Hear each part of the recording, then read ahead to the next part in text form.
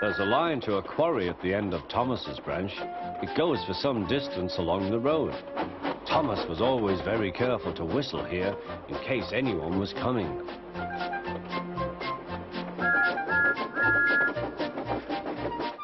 Early one morning, a large policeman was sitting close to the line.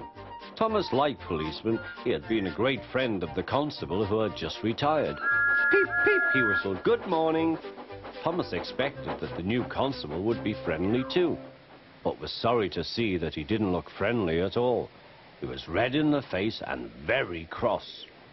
"Disgraceful," he spluttered. "I didn't sleep a wink last night. It was so quiet, and now engines come whistling suddenly behind me." "I'm sorry, sir," said Thomas. "I only said good morning." The policeman pointed to Thomas. "Where's your cowcatcher?" he asked. "But I don't catch cows, sir." "Don't be funny," snapped the policeman.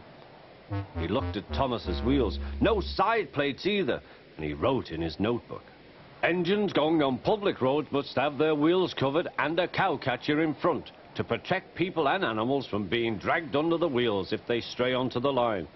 You haven't, so you are dangerous." "Rubbish," said Thomas's driver. "We've been along here hundreds of times and never had an accident." "That makes it worse," the policeman answered. He wrote "regular lawbreaker" in his book. Thomas puffed sadly away.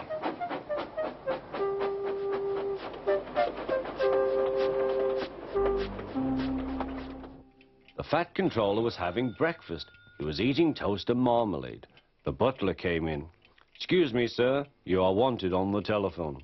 "Bother that telephone," said the fat controller. "I'm sorry, my dear," he said to his wife. "Thomas is in trouble with the police, and I must go at once." At the station, Thomas's driver told the fat controller what had happened. Dangerous to the public, indeed. We'll see about that. The fat controller spoke to the policeman. But however much he argued with him, it was no good. "The law is the law," he said, "and we can't change it." The fat controller felt exhausted. "I'm sorry, driver," he said. "It's no use arguing with policemen. We will have to make those cowcatcher things for Thomas, I suppose." "Everyone will laugh, sir," said Thomas. "They'll say I look like a tram." The fat controller stirred. Then he laughed. "Well done, Thomas. Why didn't I think of it before? We want a tram engine. When I was on my holiday, I met a nice little engine called Toby. He takes trucks from the farms, but the lorries are taking over most of his work, and he needs a change. He has cowcatchers and side plates. I'll write to his controller at once."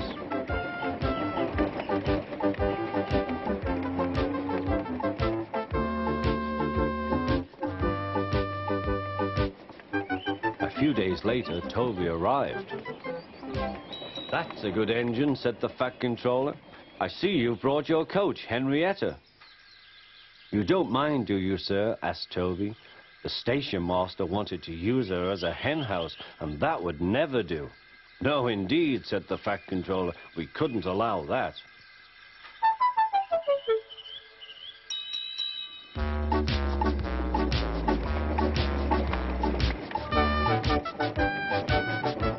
Toby made the silly trucks behave even better than Thomas did.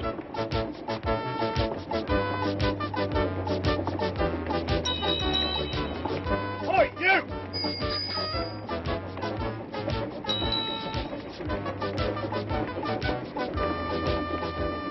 At first, Thomas was jealous, but he was so pleased when Toby rang his bell and frightened the policeman. They've been firm friends ever since.